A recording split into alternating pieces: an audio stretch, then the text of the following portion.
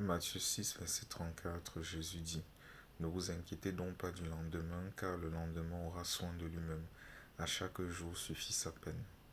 Dans un précédent message, j'avais dit qu'on ne s'inquiète pas du lendemain, comme le Seigneur dit, mais on peut préparer le lendemain. Mais en fait, ce n'est pas exact. On se prépare pour le lendemain parce que le Seigneur est clair dans sa parole. C'est le lendemain qui aura soin de lui-même. Autrement dit, le lendemain est une entité spirituelle créée par Dieu à qui il a donné la capacité d'avoir soin de lui-même. C'est étrange, mais c'est ce que le Seigneur est en train de dire.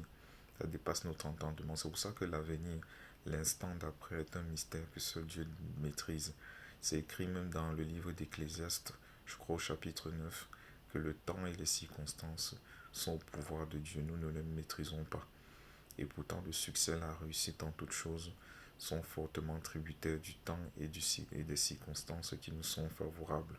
Donc c'est combien on doit revenir toujours au Seigneur, nous attendre à lui seul et faire ce qui est de notre responsabilité conformément à sa volonté.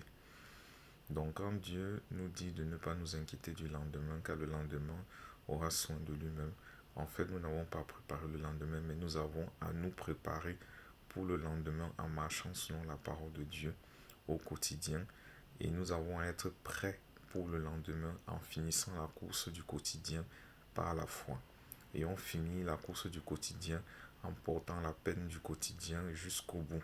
Tel que le Seigneur dit, à chaque jour suffit sa peine.